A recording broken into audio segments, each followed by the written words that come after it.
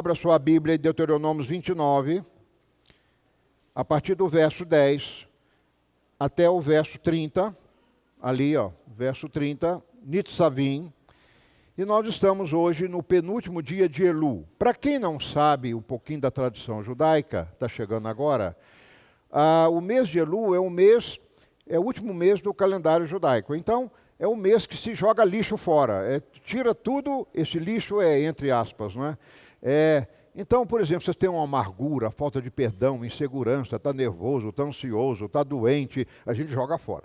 E para poder entrar um Rosh Hashanah, um dia do ano, com o toque da trombeta, e lembra que no judaísmo se comemora no 7º mês, que começamos amanhã, a festa da criação do mundo. Os rabinos acham, é tradição, viu, irmãos? É tradição, que o mundo foi criado em setembro. Então, por isso que normalmente setembro para nós é um mês muito abençoado, não é? Não é por nada que agosto é um mês danado, né, que diz a tradição brasileira, mas sei lá. Só sei que tem certo sentido no mundo espiritual, não é? Que setembro é um mês novo. Normalmente, 98% de Rosh Hashanah cai em setembro, às vezes início de outubro. Bom, então, aproveite hoje para jogar o lixinho para fora. Tem lixinho para jogar para fora. E a palavra que vem hoje, Nitzavim, olha só, olha como os títulos das parashot,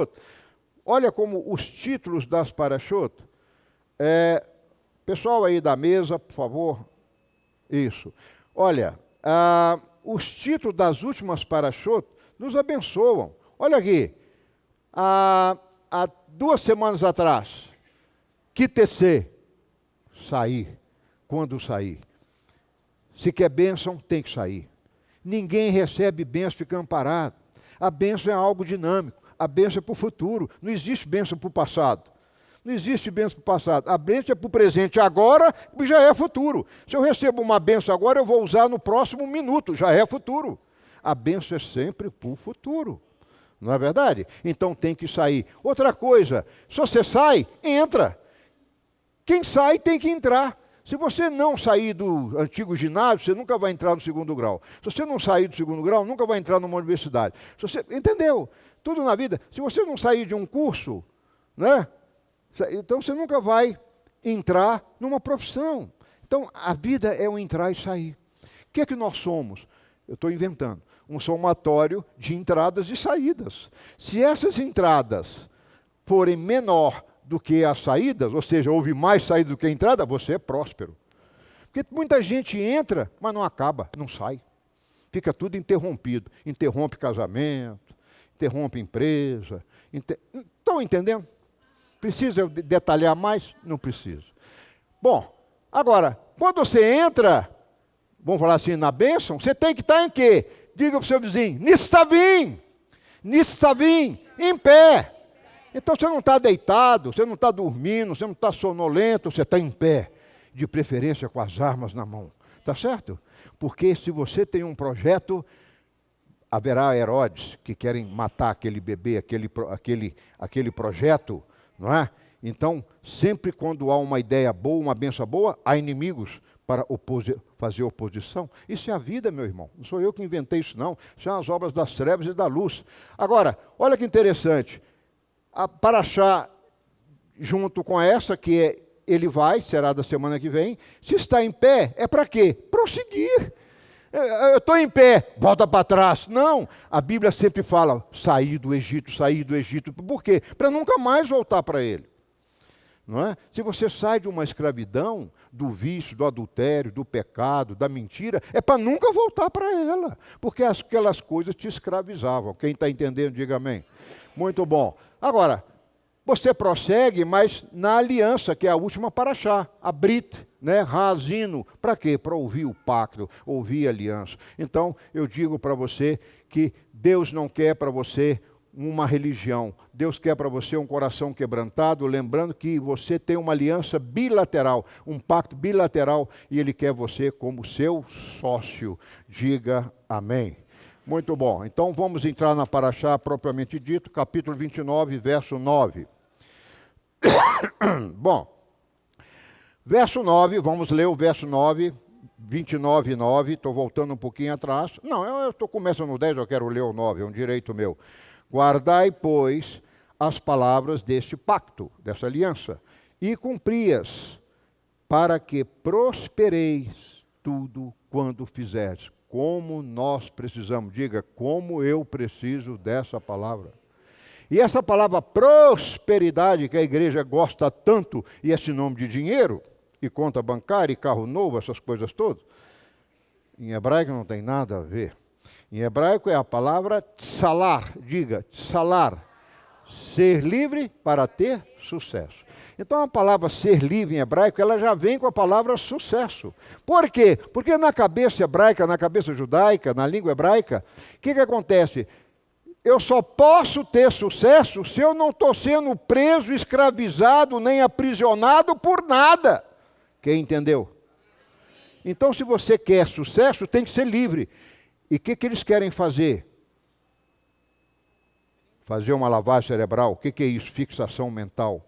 Tem gente fanático, doido, perturbado nesse país, no mundo. O fanatismo, quer de religião, quer de partidos, são fanáticos, são doidos. O que eles querem? Prender a mente. Prender a mente. Tirar os valores, tirar a liberdade de ter sucesso. Pô, gente, o que é o comunismo? Tira a liberdade e ninguém tem sucesso, todo mundo divide igual. Mas isso não é bíblico. O bíblico é ser livre para ter sucesso. Eu não sou defensor dos Estados Unidos, mas é um exemplo de um país livre, que preserva a liberdade, para não dizer o país mais próspero do mundo. Com todo respeito à Coreia do Norte e à Índia, a China, se não acabar com esse comunismo disfarçado, nunca haverá o sucesso. Imagina o sucesso da China se ela fosse livre para pensar. Ela é livre para pensar porque paga o cara para pensar para ele ganhar dinheiro. Mas imagina esse homem criando. Olha a Coreia do Sul, que é capitalista, e olha a Coreia do Norte, que é comunista. Gente, é água com vinho, é preto com branco. Tá certo? E você já viu que quando a pessoa é livre, ele tende ao amor? Quando a pessoa é presa, ele tende à morte e à guerra. Já viu isso? Em vez de fazer comida e roupa e tecnologia, míssil, para destruir, eu vou arrebentar, eu vou mandar, eu vou destruir a Europa, eu vou destruir os Estados Unidos. Isso é uma paranoia, é uma prisão mental. Tá certo? E tem gente aí que apoia essa esquerda doida e maluca desse povo comunista. Tá certo? Eu falo aqui, eu sei que eu vou ter opositor, eu sei que você já está contra a minha palavra, já está postando aí no Facebook, no YouTube, contra essa palavra. Que poste! Você não é obrigado a aceitar, mas eu estou falando o que é bíblico, e a Bíblia fala ser livre. E ser livre não é só ter a mente presa, não. Um vício prende, é ou não é? Quero ver um drogado ser próspero, não tem jeito. Ele está nas drogas. Quero ver um pedófilo, um pederasta, um promíscuo sexual ser próspero. Não tem jeito, porque ele perde a família, ele perde os bens. É ou não é? Irmãos, eu não quero citar nomes aqui, a nossa história está cheia de exemplos. Um escravo, eu fico imaginando na época da escravidão do Brasil, eu fico imaginando a minha origem da nossa família, quando era da Inquisição, não podia adorar a Deus. Era uma prisão mental, eu tinha que esconder, eu tinha que acender a vela dentro do oratório, não é? Eu tinha que guardar o luto de maneira secreta. Gente, que horrível. Então, ser livre envolve também ideologias, filosofias, envolvem, não é, de um pensamento, a filosofia que liberta, mas a filosofia que prende. Não é verdade? Então nós temos agora, entrando nesse ano novo amanhã, eu quero você livre. Eu quero você livre. Agora, não quer dizer para fazer o que quer. Você vai ser livre dentro dos limites da múltipla escolha. Chiqueiro, curral ou Torá? Torá, vocês estão bons, vocês estão pensando muito hoje. Então, livre, a Torá nada é uma cerca da minha liberdade. Olha que lindo isso, que lindo, diga que lindo. Eu estou na graça, mas dentro da cerca da Torá. Eu não posso pular a cerca, porque se eu pular a cerca assassinando alguém e adulterando e desrespeitando um próximo, eu estou sendo preso. Por quê? Pelo pecado. Então o pecado prende e escraviza. E o pecado é o salário como é que é? A morte é o salário do pecado. Então você está preso. Agora, se a morte é o salário do pecado, faça o inverte. Quem não está do pecado tem a vida e livre para adorar, para se expressar, para glorificar, como um escravo, uma escravidão, como um sujeito que andava acorrentado e ia louvar a Deus. Eu acredito que houve escravos no Brasil que louvaram a Deus acorrentados. Eu acredito que sim. É possível. Mas ele tem que estar vendo além das correntes. Não estou defendendo ninguém. Mas Mandela aprendeu isso na prisão. Se eles prendem o meu corpo, eles não prendem a minha mente. E esse homem ficou 29 anos preso. E ele foi, eu sou livre para pensar. Aqui é grade, eu não posso sair, mas essa mente ninguém prende. A minha alma ninguém prende. Oh, isso é um exemplo fantástico, né? E são princípios de prisão. Vamos lá, então. O que ele quer? Ele quer uma aliança, ele quer que essa aliança, para você ser livre, não é para ser condenado pelo diabo, pelo pecado, ficar amarrado, drogado e levando essa vida miserável de ateu. Ah, Rabinho, você está ofendendo os direitos humanos? Estou. Eu chamo o ateísmo de prisão. Sabe qual é a prisão do ateu? Ignorância. Olhos cegos, não consegue enxergar. Ah, por que o peixinho de aquário, desse tamanhozinho, tem tudo igual? Você corta o peixinho no meio, todas as cores do lado direito, igual do lado esquerdo, tudo. Pega uma tulipa, pega como chama essa flor? Orquídea. Os pinguinhos pretos e roxos de um lado, tem do outro também, tudo igual. Aí vem a mente que não é brilhante, uma mente morta, ignorante, ateia. Isso é fruto do Big Bang. Aí eu lembro do Boyle, foi um cientista inglês que dizia, olha, sabe qual cientista inglês e crente, como Isaac Newton foi crente, judeu crente. Escuta, ele dizia o Boyle, sabe qual é a probabilidade de ter existido o acaso e formar tudo o que você está vendo por aí? É a mesma probabilidade matemática de você ter uma montanha de sucata e dar uma ventania e formar um Boeing 747. Deu uma ventania e juntou aquelas peças e formou um Boeing, o Boeing voa com segurança e chega no lugar desse. Aí todo mundo fala, mas isso é impossível? Também é impossível alguém criar em laboratório todo o universo e tudo o que nele há. E só lembrando a você, um protozoário, o menor ser, menor célula, né, doutor? Protozoário é o menor microscópico, como é que eu falo? Ser vivo não, é ser vivo, o menor, como é que é?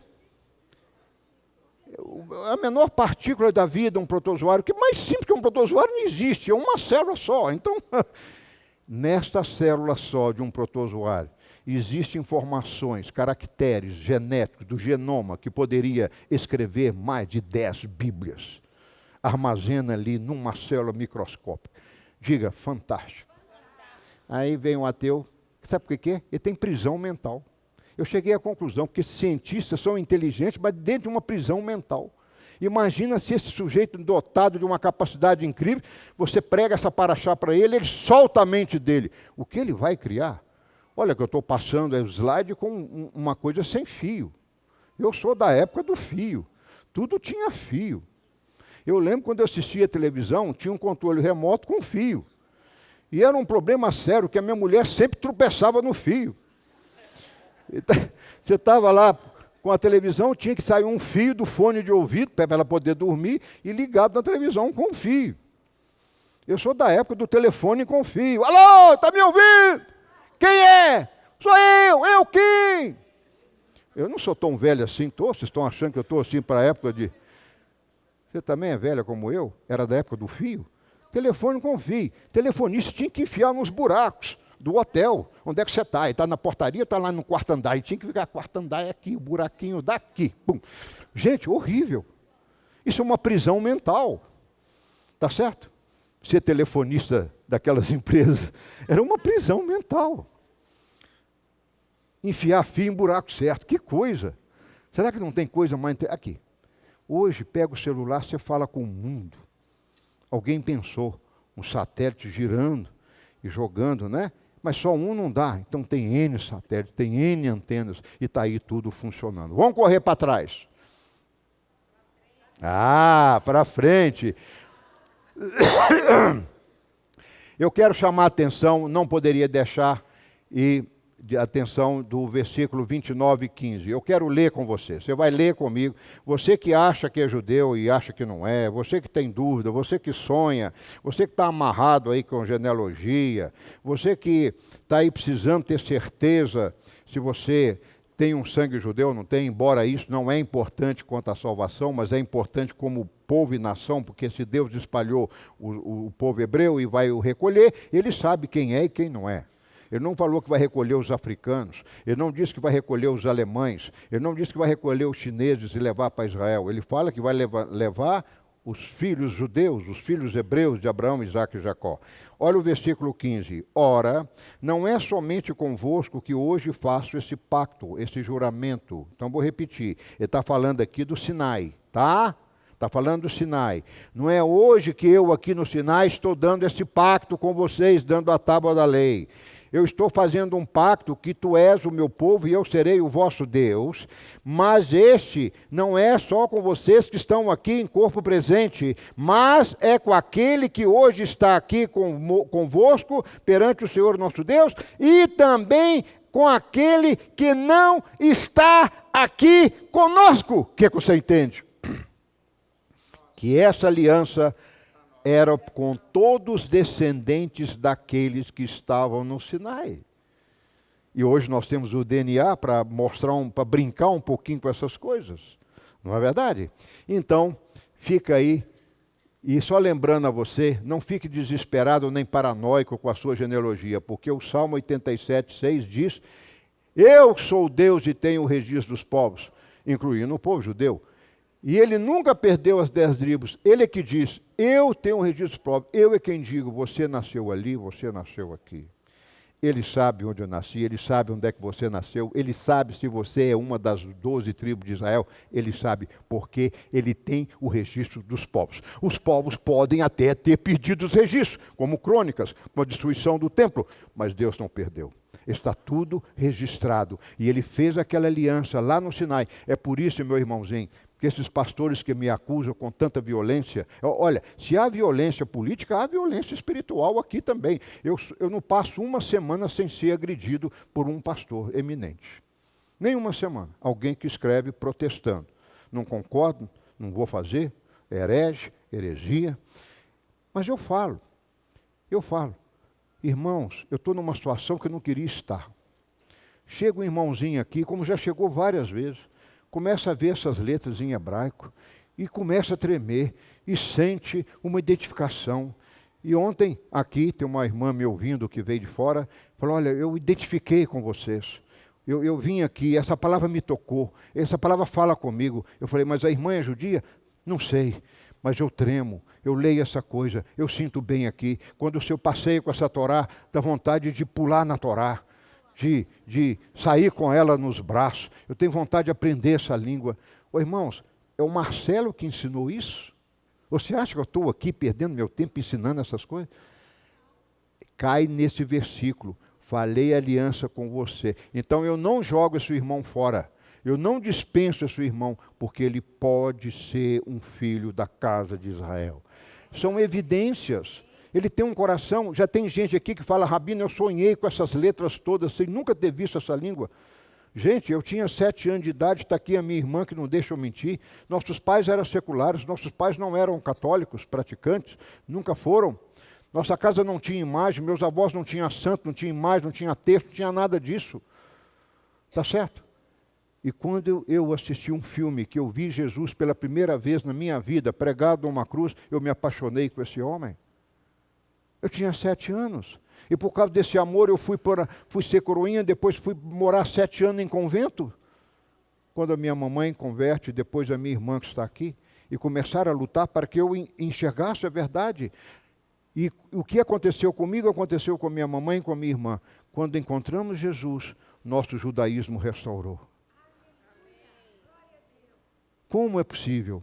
Então, são evidências, não é? Então, eu não quero muito falar. Hoje há evidência, hoje há genealogia, Portugal está dando direito de retorno a quem prova ser descendente e acusado de crime de judaísmo pela Inquisição. Hoje tem um DNA, embora Israel não aceite exame de DNA, mas também não podemos negar a ciência que há informações não precisas ainda. DNA não vai falar que você é judeu, mas vai te mostrar uma tendência.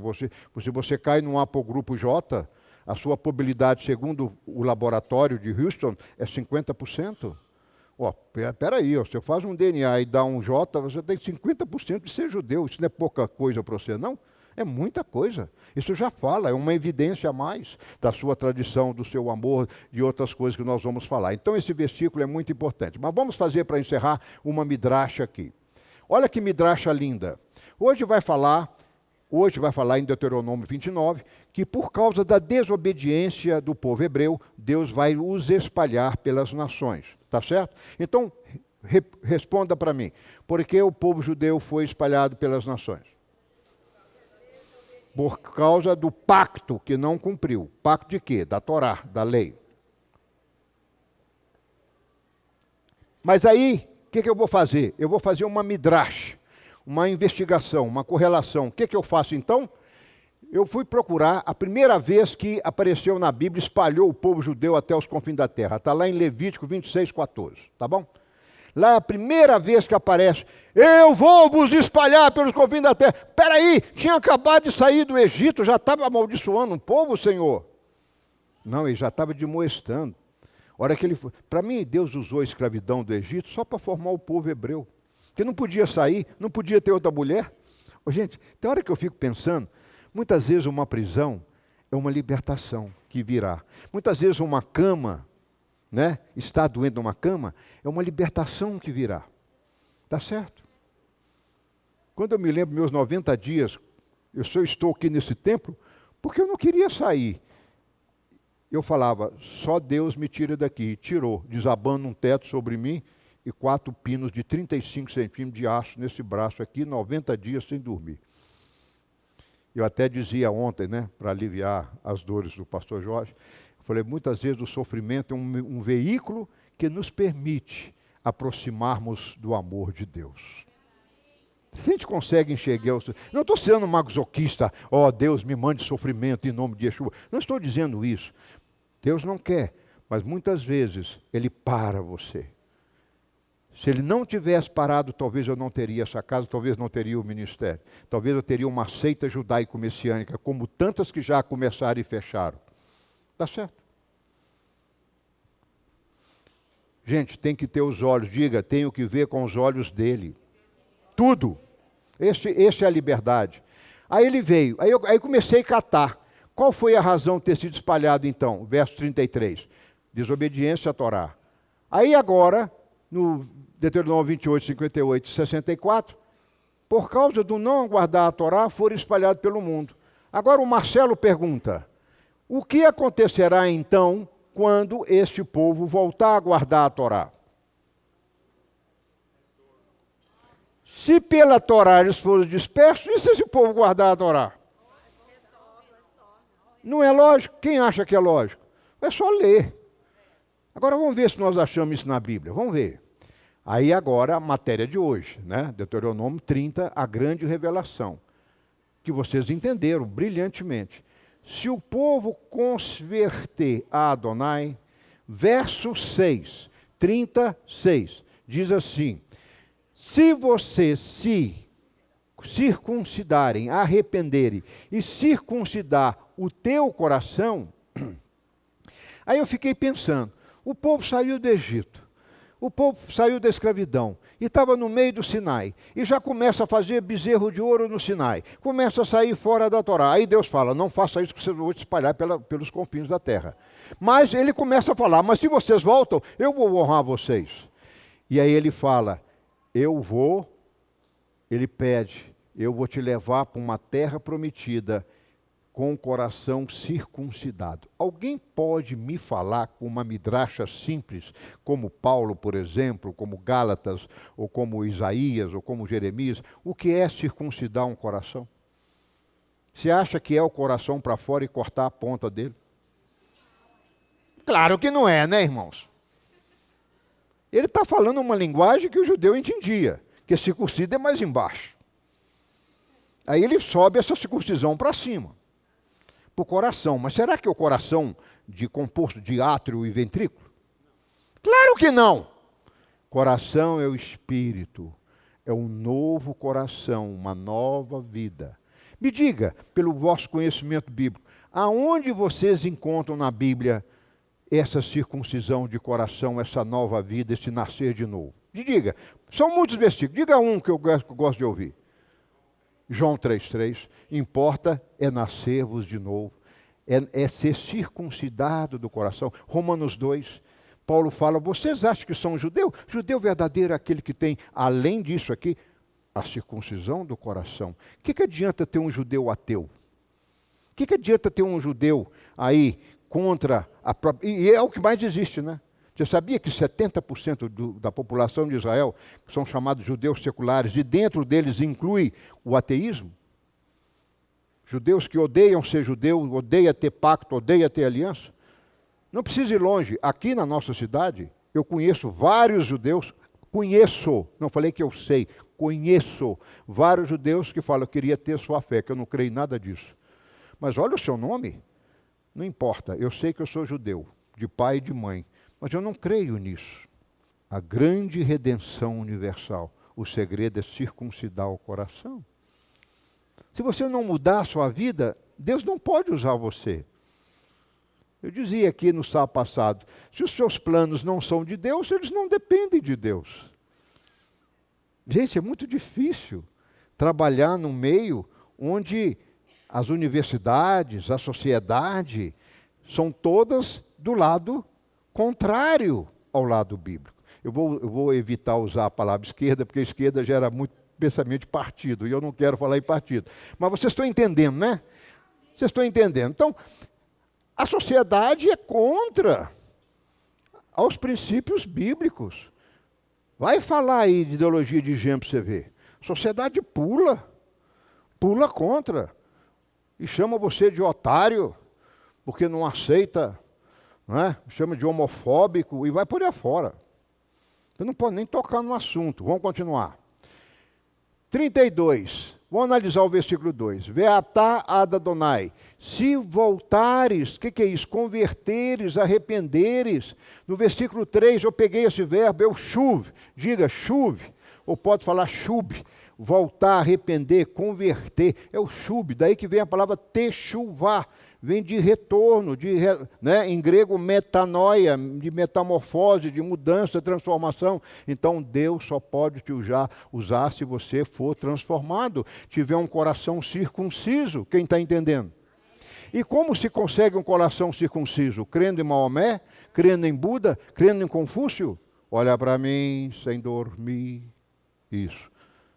Crendo em Yeshua HaMashiach, porque ele morreu, ele ressuscitou. Eu entro na força da ressurreição dele, eu entro na força da transformação dele. E, irmãos, isso não é religião. Isso não é religião cristã. Nem católica, nem evangélica, nem protestante, nem pentecostal. Porque muitas vezes essas denominações que eu acabei de citar sabem disso, mas não vivem isso. Eles preferem ter a bênção do que ser a bênção. Eu só posso ser a bênção se eu sou livre. Se eu tenho meu coração circuncidado. Tá certo, irmão? Vocês estão entendendo a minha linguagem? Olha lá o verso Shiva, é restauração. Olha lá, Techuvá, arrependimento, volta. Nós vamos comemorar amanhã o Rosh Hashanah. O que é isso? Volta. O que é isso? Volta.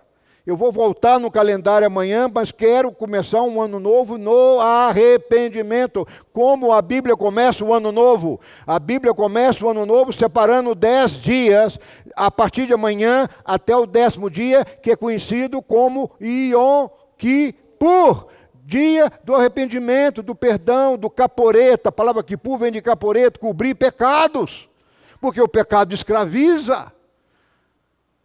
Se você está fora dos mandamentos de Deus, da lei de Deus, você é um escravo de você mesmo e de outros espíritos malignos. Para não dizer em bom português mineiro, espírito de porco. né? Na minha época, esse cara tem espírito de porco. Você já viu isso? Lembra da nossa época? Os mais velhos lembram. Essa pessoa fulana de tal tem espírito de porco. Né? A nossa época era muito gozada, havia muita expressão interessante. Mas Shoav, desviado da aposta, porque se você não entrar pelo Shuv, você vai para o Shoav. Oh, gente, eu já falei isso, hebraico é uma língua milagrosa de segredos. Deus brinca, Ele coloca as mesmas raízes com sentidos opostos, para que você lembre da bênção e lembre da maldição que está junto. A bênção e a maldição andam junto. E Deus faz isso colocando a mesma palavra, o radical da mesma palavra, com sentido oposto. Quando eu descobri isso, há uns 20 anos atrás, eu vi que, por exemplo, agora esqueci, a palavra chamar, de reluzir, de resplandecer, de ouvir, de obedecer, e chamar, ir para a sepultura, ser enterrado, acabado, destruído. Agora olha aqui, a palavra Shuv, Shoav, tem o mesmo radical Shin, olha aqui, começa com Shin. Só que o Shin de cá arrepende e é livre. E o Shoav de cá desvia-se e aposta. O que é isso? Se torna um ateu, um incrédulo. Fantástico, não é? Olha lá, o Senhor fará voltar o povo. Então, se o povo arrepender, eu vou fazer. Então, qual é a midrash? Se desobedecer a Torá, eu espalho vocês pela terra. Mas se vocês se fazer a techuvá, eu volto você. Olha lá, o versículo falou, versículo 4, o Senhor fará o povo espalhado voltar para a terra de Canaã, os buscará do desterro entre as distantes nações e trará a sua terra, a possessão, as bênçãos. Eu não vou falar dessas palavras, Morechá Morechá e de possessão e, como é que é?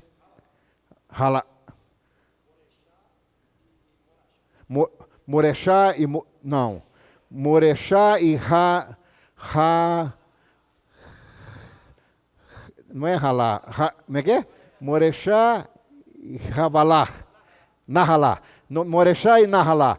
Ou seja, possessão e heranças. Isso a igreja evangélica e cristã não entende, essas palavras. Só entende o Morechá, a bênção física, material. Mas o mais importante não é ter a Morechá, o mais importante não é ter posse, o mais importante é ter herança. Porque se você pegar uma certidão que o seu pai deixou para você uma herança, você vai em qualquer cartório e toma posse do bem. É ou não é? Eu sou herdeiro daquele cara, ele tinha esses bens, então é meu. Yeshua nos deu uma nahalá, a herança de sermos filhos de Deus. Mas todos serão? Não. E se você começa com Yeshua só querendo ter, você nunca chega na nahalá. Isso as igrejas não pregam. Pregam bênção, bênção, bênção, ter. Mas o importante você não é salvo pelo que você tem, você é salvo pelo que você é. E se você é aquilo que você recebeu. E para receber tem que ter herança. E quem te dá essa herança? O Deus de Abraão, Isaac e Jacó, através de Yeshua HaMashiach. Aleluia, diga amém.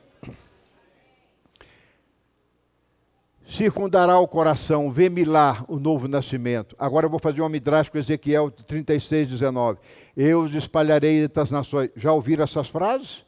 Olha que os profetas repetem lá, praticamente 1.500 anos depois ele repete a mesma frase. Então não reclama se eu repito as minhas parashot, que eu aprendi com os profetas. Sempre repete, o segredo está em repetir. É assim que entra a palavra, repetindo. Eu os espalharei das nações. Aí versículo 23, quando eu for santificado aos seus olhos. Então, quando é que ele vai trazer o povo de Hebreu, o povo judeu, para a terra de Canaã? Quando ele se arrepender e quando ele for santificado aos seus olhos. Alguém é santo por si mesmo? Hein? Tem que ter um agente. Antigamente era o sacrifício de animais, o sangue de animal. Agora é o sangue de Yeshua. Quem está entendendo?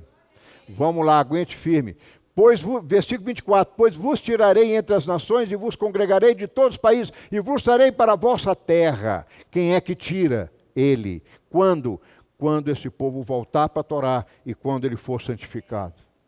E se santifica com a Brit Milá do coração, com a circuncisão do coração.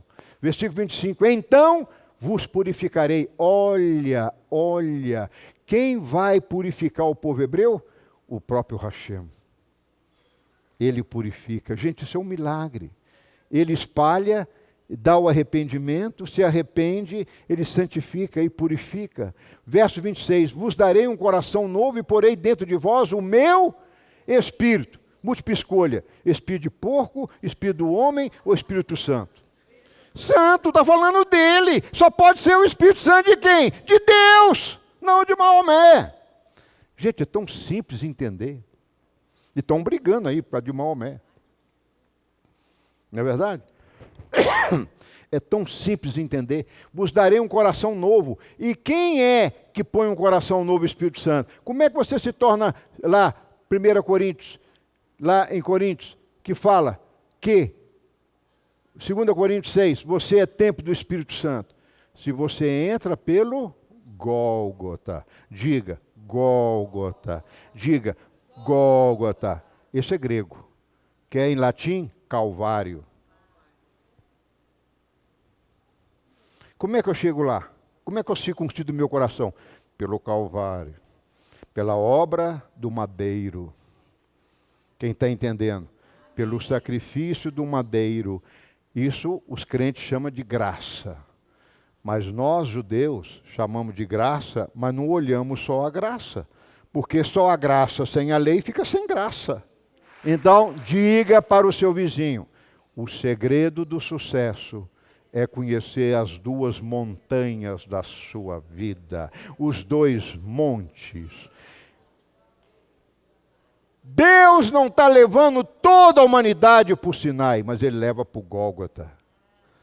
O Gólgota é pregado em toda a face da terra, ide por todas as nações. Está levando a graça, o Gólgota, a caveira, o morto pregado, o sangue vertido.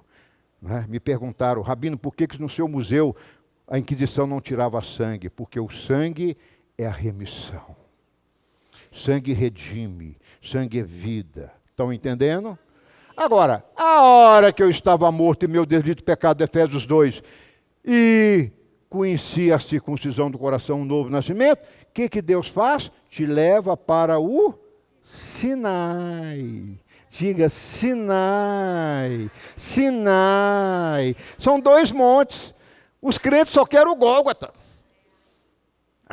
Eu vou para o Sinai, coisa de judeu. Estou debaixo da graça, estou debaixo da lei. Não é assim a ignorância, a santa ignorância? A santa e detestável, abominável ignorância, que tem que ser jogada no lixo. Não há outro lugar melhor do que a ignorância ser jogada no lixo. É judaizante. Dá vontade de falar, ô sou, sei lá o quê.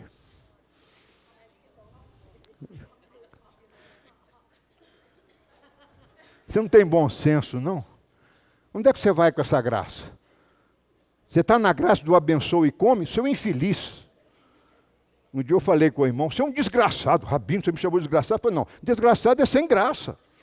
Quando você tem a graça de entender um pouco mais a lei, você joga ela fora? Então vai matar, estrupar, vai fazer apologia ao estrupo, como hoje está na internet aí, todo mundo defendendo o estrupo. Vai fazer essa apologia, pô. Vai para o mundo, vai para as universidades, vai ser o rei da cocada preta lá fora. Por que você está perdendo seu tempo aqui? Aqui, para entrar, 2 montes. Deus te dá o Gólgota, que é mais fácil. Ele circuncida o seu coração. Mas a hora que o coração é circuncidado, ouve a Deus, acorda, sai da lei do pecado da morte, ganha vida, o que Deus faz para preservar a vida? Te leva para a lei. Quem entendeu?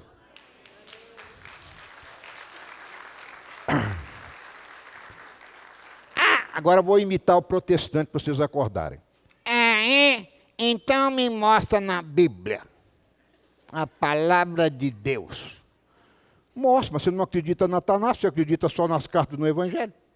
Vocês não pregam a Torá. Eu estou mostrando a Torá. Estou mostrando os profetas.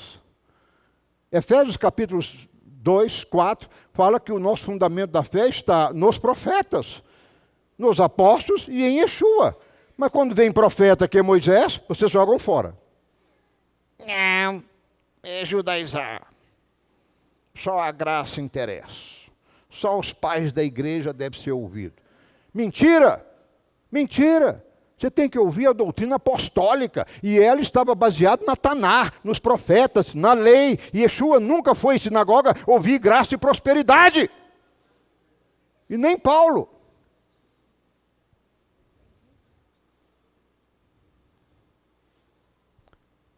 Está aqui, gente, verso 27.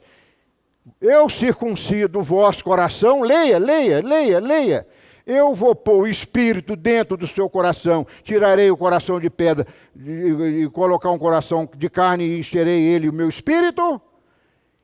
Para quê? Versículo seguinte. Ir para boate, ir pregar prosperidade, ir fazer anarquia religiosa. Para que andeis na minha Torá, isso é, os meus estatutos, Hukim, Mishpatim e Torá, mitzvot. Os mandamentos. Olha para mim, por favor, que eu estou encerrando. E você tem que entender, diga, eu tenho que entender. Ele circuncida o coração no versículo 26 e no 27, para quê? Ele te dá o motivo da sua conversão. Guardar as minhas leis. Estatutos, aqui no original, mitzvot, hukim, mishpatim. Mitzvot, mandamentos, estatuto e ordenança. Se você quiser o hebraico, aí que eles não sabem traduzir hebraico.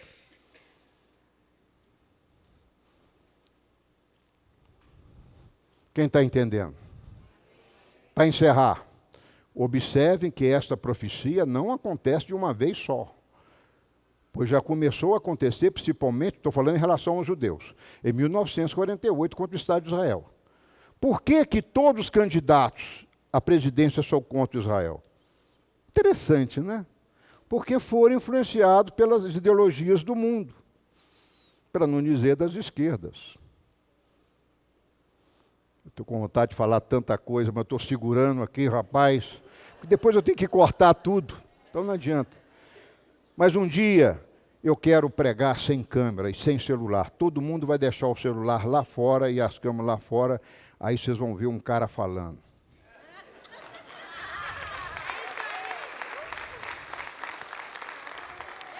Mas eu vou falar até ficar roxo. Ia contar a visita que eu recebi anteontem, mas não posso, porque está gravando, não posso. Deus está mudando autoridades incríveis. E esse povo fala, por que o Senhor me procurou? Porque eu te ouço há 2 anos. 1 ano, 1 mês, e mudou a minha vida. Eu vim te conhecer em pessoa. Gente, está acontecendo isso. Eu não posso citar aqui, eu prometi que eu não vou citar. E habitareis na terra que eu vos dei a vossos pais, e vós sereis o meu povo, eu serei o vosso Deus. Isso aqui já é o milênio, multiplicarei o fruto das suas árvores, o deserto dará frutos. Então as nações que ficarem ao redor de vós saberão que eu, Senhor, tenho reedificado as cidades destruídas e plantado o que estava devasto no deserto do Negueve. Assim disse e assim eu o farei. Gente, nossos olhos estão vendo Israel florescer. Israel está florescendo, Israel está dando fruto. Israel, eu me lembro quando eu morava na Alemanha, eu morava em frente num hotel que estava em frente um mercadozinho, e lá estava assim, laranjas de Israel. E eu pegava aquela laranja e falava, estou chupando Isaías 32, que o meu deserto se transformará em pomar, e o pomar para o mundo. Gente, eu estou falando de 1984, eu já enxergava essas coisas, nem messiânico eu era. 87, quer dizer, desculpa. Então, irmãos, é fantástico. Olha, as nações, olha, a visão dos ossos secos, aí entra o capítulo 37, os ossos secos, pode ter vindo o Messias, sua ressurreição dos mortos. Eu acredito que esse negócio de ossos secos se aplica a um milênio. Muitos rabinos também creem assim. É que nesse finalzinho dos tempos, o Messias volta. Ele é que restaurará a casa de Israel. Ele é que restaurará as 12 tribos de Israel. Eu creio que isso é um papel messiânico. Hoje nós, cada rabino não messiânico também acha a mesma coisa. Que essa atribuição desse milênio, desses ossos secos, dessa carne viva, é o próprio Messias que faz. Mas essa preparação já está acontecendo. Vamos lá para encerrar então. Olha lá, união das duas varas, por Judá pelos filhos de Israel, e por José por Efraim. Efraim são as 10 tribos perdidas. José é Judá, né? Judá é os filhos de Israel. José é a filha de Efraim. Eu vou pegar essas duas varas, olha o que o profeta fala, e vou pôr numa mão só, e vou segurar elas com uma mão só. Está aqui a tribo de Judá, né? E Benjamim, com as tribos de Efraim. Olha o que o profeta fala. Eis que eu tomarei os filhos de Israel entre as nações. Já ouviu essa frase? Lá na Torá. Não havia nada disso ainda. Ele já estava profetizando. Para onde eles forem, eu os congregarei de todos os lados, e os introduzirei na sua terra, e deles farei uma nação na terra, e nos montes de Israel, e um rei será o seu rei. Quem é esse rei dos reis? Quem é o rei dos reis? Eu darei um rei que será o rei. Um rei que será o rei deles. Aí eu teria que entrar em Apocalipse, por isso que não se estuda Apocalipse sem estudar Ezequiel, porque estão casados. Não é? E nunca mais serão duas nações, nem de maneira alguma se dividirão para o futuro em 2 reinos. Eles serão o meu povo e eu serei o seu Deus. Capítulo 30 é profético. Sabe por que é profético? Ou seja, se para entrar pela primeira vez na terra de Canaã era preciso circuncidar o coração, imagina na segunda. Essa revelação eu não tive ontem. Eu falei, brincadeira, se para sair do Egito Deus faz isso tudo, imagina agora quando Yeshua chega. Gente, vai vir uma força agora do bem contra o mal. Vocês já estão vendo aí na televisão, mas essas forças vão aumentarem. E eu tenho uma notícia para vocês, as forças do mal vão prevalecer mais, até que chegue o final, diga final. E Apocalipse 3, mas eu, se você guardou a minha palavra, você tem a coroa, você guardou a tua coroa, eu te guardarei na hora da provação. Amém? Então não tenha medo não, tenha medo dessas coisas que vêm por aí não, porque eu te guardarei. Quem vai guardar? Ele. Como ele guardou o povo hebreu na terra do Egito, as pragas não chegavam na aldeia deles, na terra de Gósen. Quem está entendendo? Você viu que para entender a Bíblia tem que ter olhos, muitos olhos, né? Para pegar de lá, cá, juntar tudo e entender. E agora eu encerro dizendo, olha o verso 2 e 4. O povo hebreu nem havia ainda entrado na terra prometida e Deus já menciona a segunda vinda. É isso que é fantástico. Eles nem haviam chegado à terra, né? E Deus já estava profetizando a segunda vinda. A terra destruirá os inimigos, voltará para a Torá e fará prosperar as obras de tuas mãos. Teirecha e trará alegria. E aí, agora vem para encerrar, o cumprir a lei não é difícil, versículo 11, porque a palavra está perto de ti, ela está no teu coração. Então, vamos ficar de pé. Quem quer guardar os 2 montes, o monte do Gólgota e o monte Sinai, levante a mão. Então, aí vem o monte Sinai, mas não vou aguentar guardar a lei. Guarda, por quê? Porque a palavra está perto de vós e está na sua boca. Versículo 16, se guardarem os mandamentos, estatutos e preceitos, haverá a nahalá, a herança. Então viverás e te multiplicará, e o Senhor te abençoará na terra que está para possuirdes. Mas se em teu coração se desviar e não ouvires, declaras que não passarás o Jordão. Bom, Jordão agora você pode fazer uma analogia daquela época com o novo Jordão que virá, que é a vida eterna, o reino, o milênio, não passará o Jordão. Quem quer cruzar o Jordão espiritual aí? Nós temos que então estar atento. Mas, e Deus fala, eu tomo o céu e a terra, tomo hoje como testemunha contra ti, que te pus diante da vida, a vida e a morte, a bênção e a maldição. Escolhe, pois, a vida para que vivas tu e a tua descendência. Vamos repetir essa frase para ir embora? Vamos repetir? Vamos lá devagarzinho. O céu e a terra tomo hoje por testemunhas contra ti, que te pus da vida.